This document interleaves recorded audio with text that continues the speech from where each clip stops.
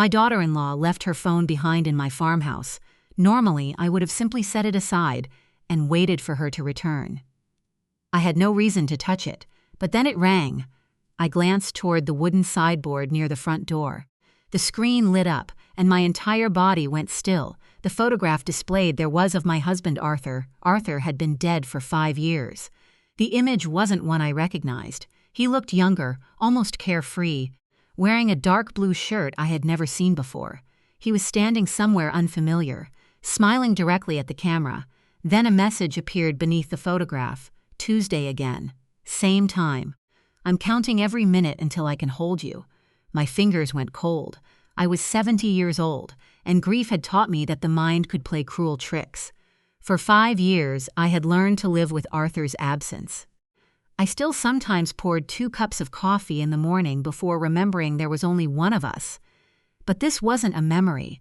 It was a message arriving on my daughter-in-law's phone. Her name was Celia. She had visited me that morning, as she did almost every Tuesday. She always arrived perfectly dressed, carrying some expensive pastry or flowers, asking whether I needed anything from town.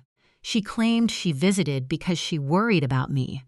I'd always suspected she mostly came because it looked good to my son, Daniel. Now I stared at her phone and wondered what else I had failed to notice. The message had arrived only minutes earlier. My hand trembled as I picked up the device. I knew I shouldn't unlock it. Privacy mattered. But that photograph was Arthur's face. I entered the passcode I had seen Celia use many times. The screen opened immediately. The mysterious contact was saved as T.I. opened the conversation. The messages stretched back years. At first, they were ordinary. Can't wait for tomorrow. Then, wear the blue dress. I love seeing you in it. Then, your husband suspects nothing. We're safe. My stomach tightened. Your husband, Daniel. I kept scrolling. The messages became increasingly intimate. Thank you for last night. You make me feel alive again. The farmhouse is perfect. She never suspects us. Then I saw a message dated only a few months after Arthur's funeral. I still have some of his clothes at the cabin. Should I get rid of them? Celia had replied, keep them. I like sleeping in his shirts. They still smell like him. I nearly dropped the phone. Arthur and Celia? My husband had been having an affair with my daughter-in-law. I sat heavily in Arthur's old chair. My hands shook as I continued reading. There were photographs.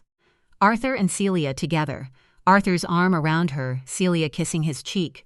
The farmhouse appeared in the background of several pictures.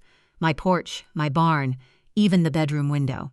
One photograph showed Celia wearing one of Arthur's flannel shirts inside our barn. The date was 5 months before Arthur's death. 5 months before his heart attack. 5 months before I had sat beside his hospital bed, holding his hand and promising him everything would be all right. Then another message appeared. Did you forget your phone? Daniel called. I told him you were probably shopping. Get back to him before he gets suspicious. My heart pounded. Someone was still meeting Celia, but Arthur was dead. So who was T? Before I could investigate further, I heard tires crunching over the gravel driveway. Celia was coming back. I quickly slipped the phone into my apron pocket. The front doorbell rang. Did I leave my phone here? Celia called. I opened the door with a smile. I haven't seen it, I lied. Her eyes searched my face. For one brief second, I saw something beneath her polished expression, fear, then she smiled. Are you sure? Of course. Come inside. We'll look together. Celia stepped through the doorway. I closed the door behind her. The phone remained warm against my hip.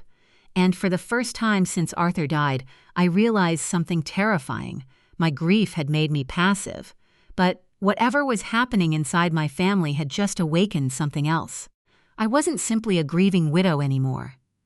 I was a woman who had discovered a secret, and I intended to uncover every piece of it. Celia searched the kitchen with exaggerated patience. She opened the drawers, looked beneath the table, checked beside the toaster, and even lifted the bread box. I stood nearby, pretending to help while keeping one hand inside my apron pocket. The phone was still there. I could have sworn I left it on the sideboard, she said. Perhaps you carried it to your car. Maybe. Her eyes moved toward my apron, only for a moment, but I noticed Celia had always been careful. She was the sort of woman who remembered every appointment, every password, every detail of everyone else's business. Now she looked nervous. "I'll call you if I find it," I said. She gave me a tight smile and left. I waited until her SUV disappeared down the driveway before locking the door. Then I sat in Arthur's chair and opened the phone again. The messages went back nearly 4 years, 4 years of secret meetings, 4 years of lies. And then I found the name that changed everything. Tom. Tom was Arthur's nephew. He lived in Burlington and had handled much of his father's estate after Arthur's brother died. I remembered him as a pleasant man who occasionally visited the farm with a bottle of wine or helped repair something around the property. Now I wondered whether that friendliness had always been an act. A message from Arthur to Celia appeared on the screen. "Tom keeps asking where I go on Tuesdays. I think he's watching me. We need to be careful." Another message followed. "He knows more than he should." My heart began pounding. Then my own phone rang. Daniel. "Mom," his voice sounded exhausted. "Have you seen Celia? She was here this morning. She isn't answering me." I stared at the phone in my hand. I couldn't tell him yet, not until I understood what I had found.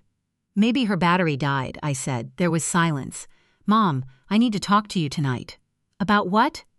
"I'll explain when I get there." He hung up. That afternoon, I made copies of everything on Celia's phone. Photos, messages, dates, locations. I saved them onto a small flash drive and hid it inside an old book in Arthur's study. Then I searched for the cabin mentioned in the messages.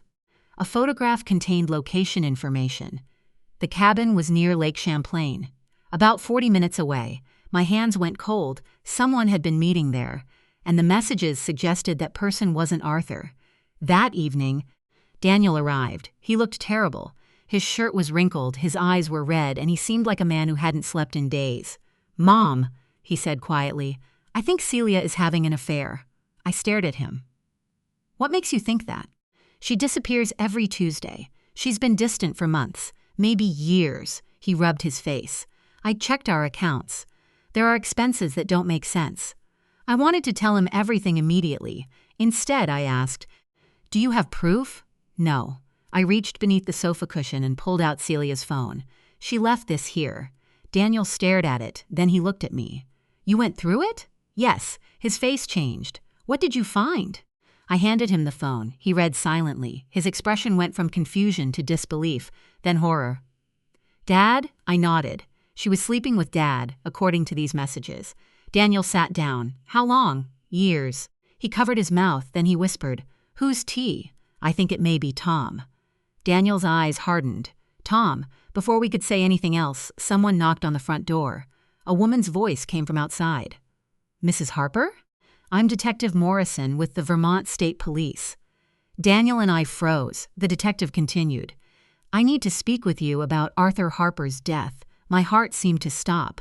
Arthur had died 5 years earlier. Everyone had believed it was a heart attack. Why would the police suddenly return? I quickly hid Celia's phone. Then I opened the door. Detective Morrison stood on the porch, her expression serious. "I'm reopening the investigation into your husband's death," she said. I swallowed. "Why?" "There have been allegations that his death may not have been entirely natural." Daniel stepped closer. "What kind of allegations?" The detective opened her notebook. "Someone claims Arthur may have been poisoned." My knees weakened. Poisoned. The word echoed inside my mind. Then Morrison asked the question that made everything even darker. Who had access to his medication during the final months of his life? I thought about Celia, the pills, the strange changes in Arthur's behavior, the way Celia had insisted on managing his medication when he became ill, and suddenly, the affair I had discovered no longer looked like the greatest betrayal. It might only have been the beginning. Detective Morrison sat across from us at the kitchen table. "Arthur was taking blood pressure medication, cholesterol medication, and aspirin," I said. "Who handled those medications?" "Usually Arthur. But during his final months, Celia began helping him." Daniel looked at me. She said Mom was forgetting things. I felt a sting of anger. I never forgot his medicine. Morrison wrote something down. "Did Celia have access to your financial accounts?" Daniel answered this time. "Yes, she offered to help after Dad became sick." The detective looked up. And did Arthur have life insurance? I shook my head. I don't know. According to Morrison, someone had filed an anonymous complaint claiming I had murdered my husband for a $500,000 insurance policy. I felt as though the floor had disappeared beneath me. I never received any insurance money. That may be important, Morrison said. Daniel immediately pulled out his laptop.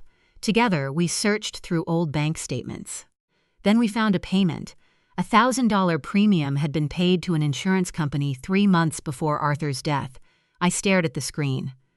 I never authorized that. Who had access? Morrison asked. Daniel looked at me. Celia, the detective's expression became more serious. Mrs. Harper, I need to be direct. The complaint contains details that suggest whoever filed it knew your family very well. I understood immediately. Someone wasn't merely accusing me. Someone was building a case against me. After Morrison left, Daniel and I sat in silence. We have to find out what happened to Dad, he finally said. I nodded. But I also knew we couldn't rush. If Celia and Tom were responsible, confronting them would only make them destroy evidence. Then I remembered the cabin. We need to see where Celia goes tonight. Daniel looked at me. The messages said she was meeting T there. We're going. That evening, we drove north in Daniel's truck. We left my car at the farmhouse so Celia would think I was still home. The road became narrower as we approached the lake. Eventually, we found the cabin. Celia's SUV was parked outside. Beside it was Tom's pickup. We approached quietly and stayed beneath the trees. Through the window, I saw Celia sitting at a table with Tom. They were drinking wine. Daniel began recording with his phone. Then we heard Tom laugh. Can you believe she believed the whole thing? My stomach tightened. Celia smiled. She always trusted people too easily. Once the detective arrests her, the insurance company will have to pay. I looked at Daniel. His face had gone pale. Tom continued. The policy is safe now. The contestability period ended years ago. And the trust, Celia asked, already established. My heart hammered. They had planned everything. Then Tom said something that nearly made me collapse. Once they arrest her for Arthur's murder, you inherit the estate. We split the insurance money. Daniel clenched his fists, but we stayed silent. Then came the truth, the poison. Tom explained that Arthur had been given small doses over time, followed by a larger dose on the night he died. Celia had controlled his medication. She had convinced Arthur that I was neglecting him. She had made him believe I wanted him gone. Then they had arranged the insurance policy and created the false complaint against me. Everything suddenly made sense. Arthur's distance, his anger, the strange pills. The anonymous accusation, my daughter-in-law had not simply betrayed my family. She had helped murder my husband. And now she wanted me imprisoned for it. We returned to Daniel's truck without speaking. Once we were safely away from the cabin, he finally broke down. They killed Dad. Yes, and they're going to frame you. Yes, we need to call the police. We will, I said. But not yet. Daniel stared at me. Why? Because we need evidence they cannot explain away. I thought about the recording, the phone, the insurance policy, the trust. We had pieces of the truth, but I wanted everything. The next morning, another message arrived. Stop investigating, or your grandson will have an accident. My blood turned cold. They were threatening Lucas, my grandson. Daniel read the message and immediately reached for his phone. I'm calling the police. I stopped him. They know we're close. What are you suggesting? I looked at the message again. They've made one mistake. What? They think we're afraid. I slowly folded the phone into my hand. If they believe we're frightened enough to stop, they'll become careless. Daniel stared at me. What are you planning, Mom? I looked toward the window. For the first time, I wasn't thinking like a grieving widow. I was thinking like someone preparing a trap. We're going to make them believe they've won. We spent the night examining every document Arthur had left behind. At 3 a.m, Daniel found the insurance application. Mom, look. I leaned over his shoulder. There was Arthur's signature at the bottom. Except it wasn't his. Arthur's real handwriting had always been uneven. This signature was too careful, too perfect. It's forged, I whispered. Daniel searched the county records and discovered something worse. After Arthur's death, the insurance beneficiary had been changed. The money had been transferred into a trust controlled by Tom. Rachel was listed as a consultant entitled to a large portion of the trust. They had stolen from Arthur's estate before he was even buried. Then another message arrived. "We know you were at the cabin. Destroy what you found." Daniel looked at me. "They know. I know. They're dangerous. So are desperate people." I contacted Detective Morrison and told her about the threats. She wanted to protect me immediately. I'll meet whoever is behind this." I told her. "Mrs. Harper, I strongly advise against that. I need them to talk." Eventually, Morrison agreed to monitor the situation. I arranged to meet Tom at the cabin the following afternoon. Before leaving, I gave Daniel the flash drive containing everything I had collected. "If something happens to me, take this directly to Morrison." He looked terrified. "Mom, don't go alone." "I won't be alone." I showed him the recording device hidden beneath my jacket. "I'll tell Tom I'm recording. That makes it legal." Daniel wasn't convinced. Neither was I. But we had no better option. The following day, I walked through the woods toward the cabin. Tom opened the door with a smile. "Mara," he said pleasantly. "Come in." Rachel was sitting at the table. A gun rested beside her. I stopped. Something was wrong. Before entering, I said clearly, "I'm recording this conversation." Tom laughed. "Of course you are." Rachel smiled. "You really think we've been sitting around waiting for you to catch us?" The door closed behind me. The lock clicked. Rachel pointed toward a chair. "Sit." I obeyed. She explained that they had been monitoring Daniel's movements. They knew about the recording. They knew I had spoken to Morrison. They even knew where I had hidden the flash drive. Then Rachel placed a sheet of paper in front of me. "You're going to confess." "To what?" "Arthur's murder." I stared at her. "You want me to say I killed my own husband?" "Exactly." Tom placed a bottle of sleeping pills on the table. "Then you'll write a suicide note." My stomach tightened. Rachel continued speaking as calmly as though she were explaining a household chore. "The police will believe you discovered Arthur's affair, became unstable, murdered him, and eventually couldn't live with the guilt." "And if I refuse?" Tom looked toward the gun. "Then we make the story slightly less convenient." For the first time, I understood how close I was to dying. But I also understood something they didn't. They were talking. Confident people talk too much. I picked up the pen. "All right." Rachel smiled. "Good choice." I began writing, but I wasn't writing the confession they wanted. I wrote everything: the date, the location, their names, their threats, their demand that I confess. I kept my handwriting small and steady. Then I started asking questions. "How did you poison Arthur?" Rachel answered without hesitation. She described how they had obtained the drug and gradually introduced it into Arthur's medication. Tom explained how they had arranged the insurance policy. He bragged about the trust. He even described the false complaint against me. I continued writing. They were so convinced they had control that they never noticed what I was doing. Then I looked up. "There is one thing you forgot." Rachel frowned. "What?" "I sent copies of everything to Arthur's attorney." Tom's expression changed. "That isn't possible." "Isn't it?" I smiled. "You monitored my phone, you watched my emails. But you can't monitor every conversation I have in person." Rachel stood abruptly. "You're lying." "Perhaps." She reached toward the gun. I moved first. I slammed my hands against the table. The weapon fell to the floor. Tom lunged for me. I twisted away, striking him hard enough to make him stagger. Rachel grabbed the gun. "Don't move." Her hands were shaking. Then the cabin window exploded. Daniel crashed through it. The gun fired. The bullet struck the ceiling. Within seconds, Detective Morrison and 2 officers stormed through the doorway. "Drop the weapon." Rachel froze. Tom tried to run. An officer tackled him before he reached the door. I stood against the wall, shaking violently now that the danger had passed. Daniel rushed toward me. "Mom!" "I'm all right." Morrison approached. "We heard everything." She pointed toward Daniel's phone. He had recorded their conversation from outside the cabin. Every confession, every threat, every admission. Rachel stared at me as the officers handcuffed her. "You think you've won?" I looked directly into her eyes. "No." I glanced at Daniel. "We survived." Rachel's face hardened. And for the first time, she seemed to understand that her carefully constructed world had finally collapsed. The police took Rachel and Tom away separately. I watched them disappear into 2 different vehicles, but I felt no satisfaction. Only exhaustion. For 5 years I had mourned Arthur. Now I had to accept that the man I loved had been betrayed by people he trusted, and that his death had been deliberately arranged. Detective Morrison drove Daniel and me to the station. "You were extremely fortunate," she said. "I don't feel fortunate."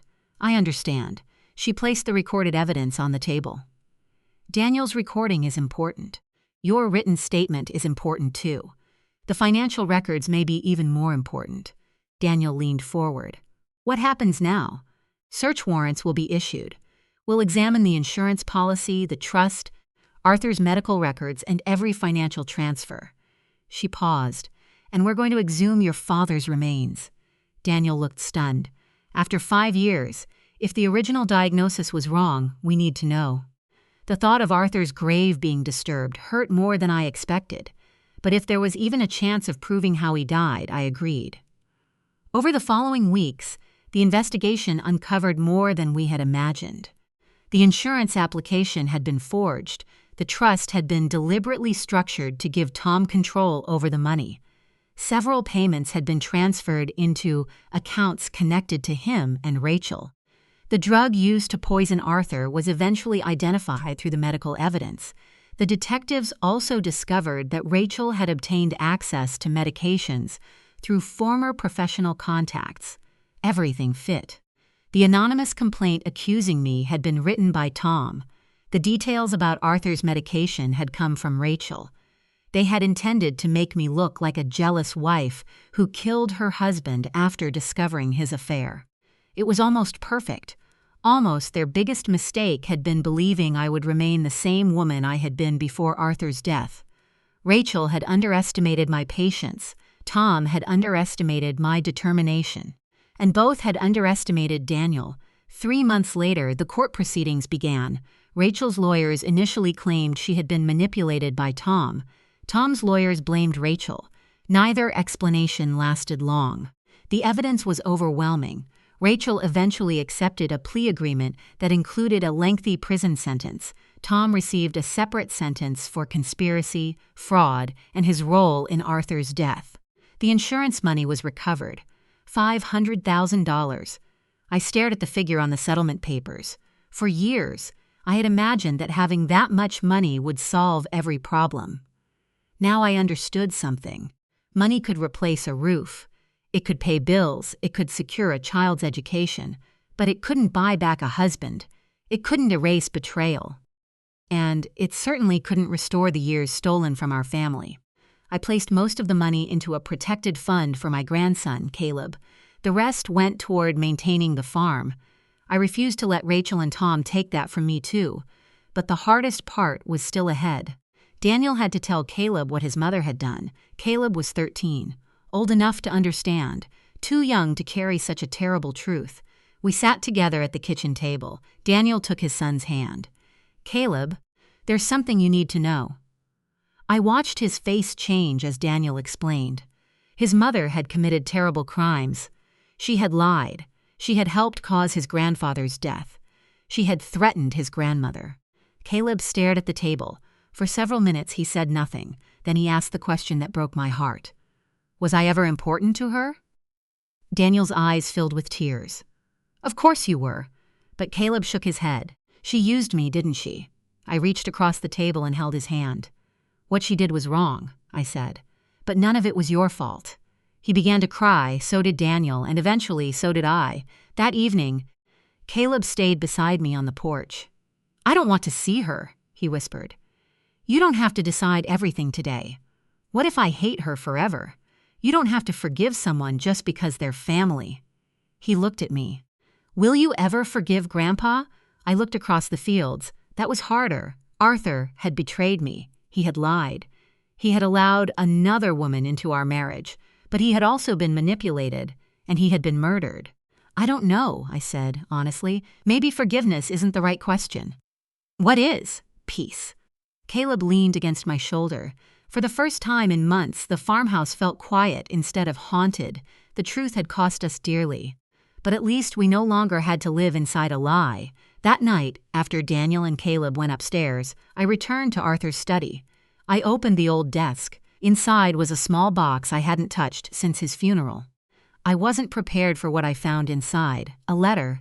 My name was written across the envelope in Arthur's handwriting. My hands began to tremble. I opened it, and the first sentence made my breath catch. My dearest wife, if you are reading this, I am already gone. My dearest wife, if you are reading this, I am already gone. I don't know how much time I have left, but I know something is wrong. Celia has been visiting more often. At first, I thought she was simply trying to help. She was kind when I was sick, and I trusted her because she was family. But recently, I have noticed things I cannot explain. My medication keeps changing. Some mornings I feel perfectly well. Other days, I become dizzy and confused. I asked Celia about it. She told me you had forgotten to give me some of my pills. I don't believe her. I know you, Helen. You have never forgotten anything that mattered. There is something else. I have discovered that Celia has been meeting someone at the lake cabin. I don't know exactly what they are planning, but I believe Tom is involved. I am ashamed to tell you that I also made a terrible mistake.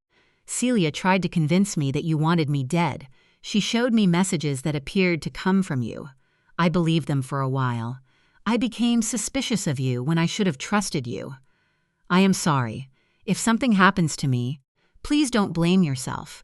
And please don't let anyone convince you that you caused my death.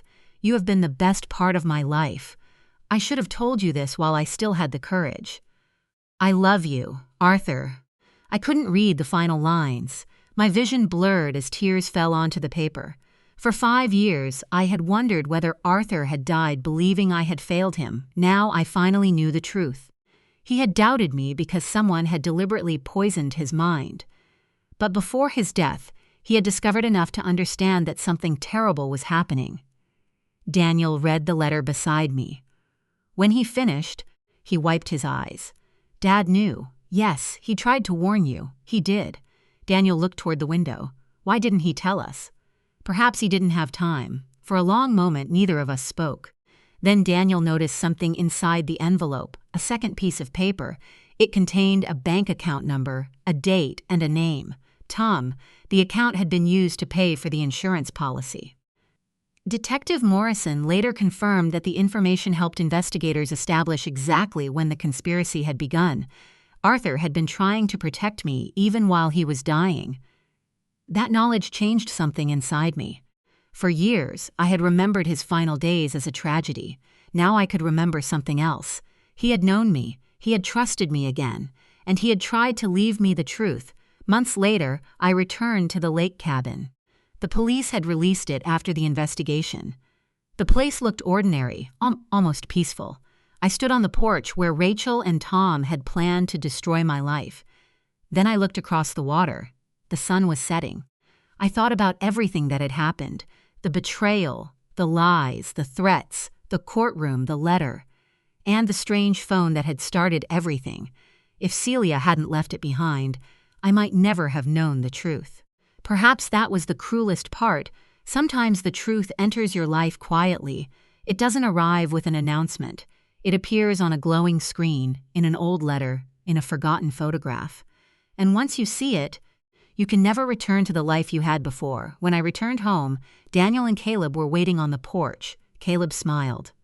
"Grandma, dinner's ready." I smiled back. "All right." We went inside together. Arthur's photograph still hung above the fireplace. For years, I couldn't look at it without feeling the weight of everything I had lost. That night was different. I looked at his face and whispered, "I finally know the truth." Then I turned away.